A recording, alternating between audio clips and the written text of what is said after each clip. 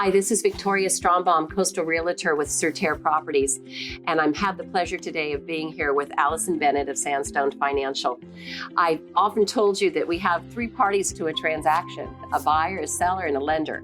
So I'm grateful to be bringing to you the expertise of Allycyn Bennett, who has had over 30 years of experience, markets to over 50 lenders, and has an outstanding closing ratio of 99.3%. I've had the pleasure of working with Allycyn before, and I'm eager to share her insights with you today. I tend to be a very conservative person, and I like to establish realistic expectations. And I know we've seen so many changes in our market, especially with staffing. And we talked briefly about appraisers and what can we realistically expect time-wise for appraisals, because we'll get these offers and counteroffers back, and they'll say buyer to remove all contingencies within 10 days. Well, we may be ready, willing, and able, yet we're working with third parties that we have to make sure they're capable of completing these tasks.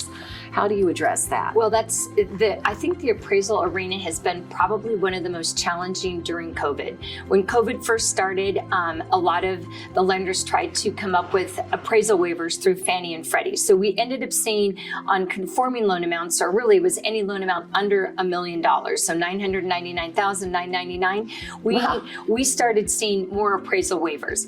As restrictions got lifted and things started getting back to more of a normal routine, we have seen less of those appraisal waivers. And what has happened now is that, much like the labor shortages that we're experiencing with all products right now, there is a lack of appraisers. Wow. And so because there's a lack of appraisers, a lot of these appraisers are demanding higher fees, and they're being much more selective about the appraisal jobs they will accept.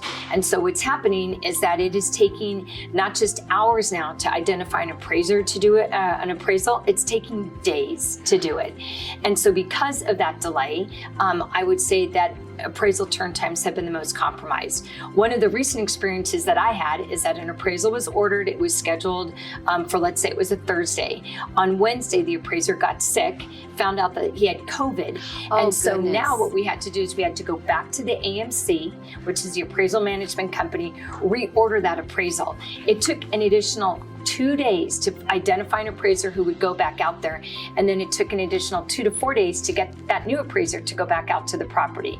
So again, these are unforeseen situations and circumstances, but they are arising. But to be realistic, right? I would say realistically, to remove an appraisal contingency, it needs to be 17 days.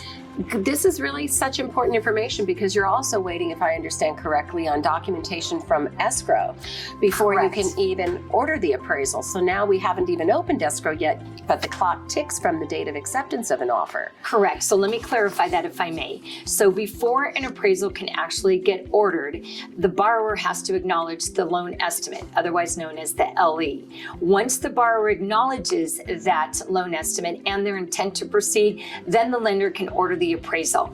The challenge is that before that loan estimate can actually be generated and sent to the borrower, the lender is relying on the escrow officer to gather what's called a master estimate of fees from all third parties. Goodness. So it would be from the title company, of course from the escrow company, Right. the lender, if there's an association, all third party fees have to be put together on that master estimate, because the lender is bound by that.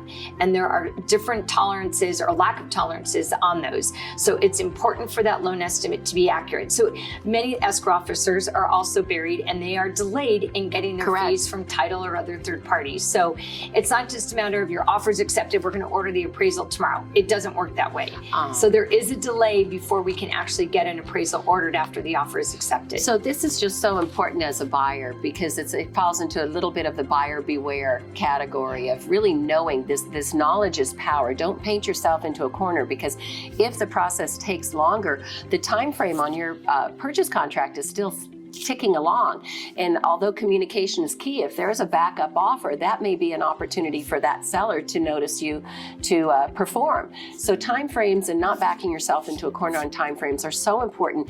And even when you're dealing with the best of the best, this is reality.